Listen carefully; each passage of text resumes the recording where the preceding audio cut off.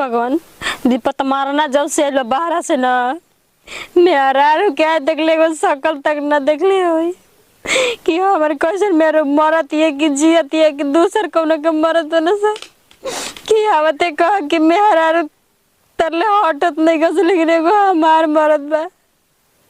घर में फूट गल हमार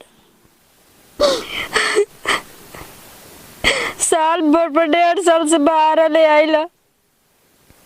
लेकिन मेहरारू का कैले बिया का नहीं के कैले मेहरारू का भइल बा का नहीं के भइल ये चिंता फिक्र नहीं के लेकिन वो रानी सवतिया के चिंता बा कितना चिंता बा भर दिन खाली होनी रहत हनी और तब रहे के मन नहीं के मन तो करते कि जाने दे दे एकदम से के करा पे कुल करम के करा पे रहम जब के अपन मर्दे नहीं के हमार रानी सर का जने का कह देले बाली से का जने का किया देले बाड़ी से कि जब आवत तब कल यो करे की ये बेरे आवे द आर पार हो ये जाई फैसला हो ये जाई या तो रही या तो हम रह कितना हम का कर कितना सही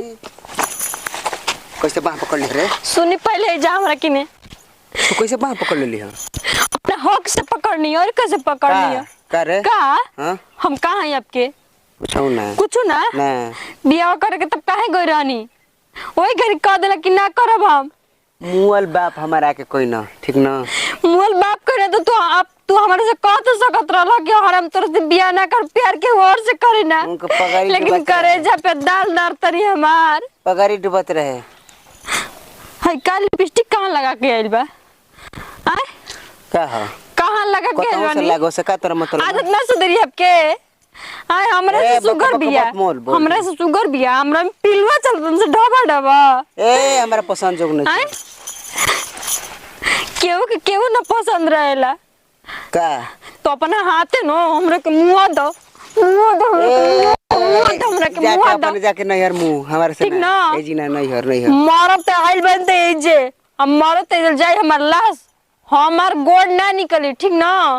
ए जी बॉस देखो ना जा जहां जाके बता जा देख ली हम मेरा रुई ना तो आदत सुधार देनी ना तू फिर से बात का वो कइले बिया आय ए हम जकरा मन करे ओकरा कहीं रही ओकरा कहीं रहबा मतलब हां हम कुल जान दिन कि तू कहां रहत ठीक ना मार कनावा के जरिए ना के मार के मुआ द काहे ना तू हमरा के बोल भी रे हैं नहीं कि मार तू चढ़ दे के पार प फोड़ दे मुंह ता ढेर आगे बढ़ के मत बोल आवाज नीचे रह के चाहिए नीचे समझ ली वो रानी के चलते होता ना रानी के जोटा उखाड़ देनी ना तो देख लिया कह दे कि हमरो नाम ना बारवा छिला ठीक ना बार छिला जे चाहे कुछ भी हो जा से पहले मार लगम ना बोल भी फालतू तो मुआ द हमरा के मुआ द लेकिन ओकर के शौक सिखा कर अब हम जानत का बड़ा अब तो जान गइल बानी ना तू देखत रह कैसे ओकर ना ओकर देह में से खाल खींच के भूसा भर देनी ना तो फिर से बात का तू देखत रहियो हम उतार मेहरारुए बानी तू अपना जिद पे बड़ा तो हम अपना जिद पे बानी ना तोहरा के अपन बना के छोड़नी ना तो फिर से बात का तू देखत रहियो।